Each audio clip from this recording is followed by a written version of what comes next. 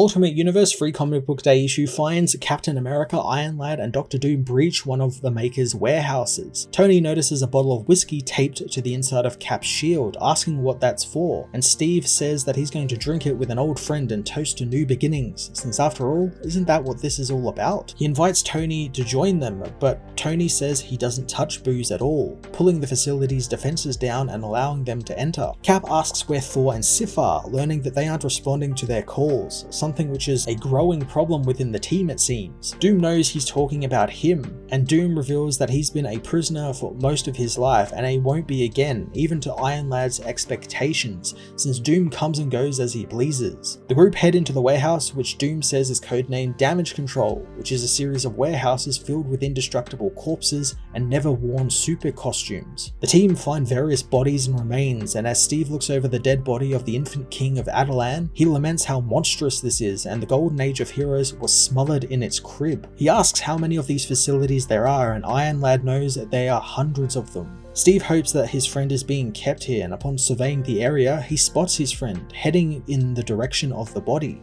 Iron Lad doesn't understand why they're getting an antique from the 1930s, since they should be looking to the future for heroes. Steve reminds Tony that he knows this man and fought with him, not wanting him to rot if he can help it, and his friend is actually not really a man. Technically at least. Steve knows that they need heroes, and this guy was the first, the forgotten marvel, and if they are fighting for a better world, this man has to be there at the start of it. Suddenly the team are attacked by hand agents, called terrorists, who must surrender and lay down their weapons. The faceless goons open fire on them as Doom warns the team that they need to be careful since the agents can move between shadows and create weapons from inside their bodies. The agents continue to order the Ultimates to surrender, and their human rights have been semi-permanently suspended and will be returned to them when they are deemed fit to deserve them.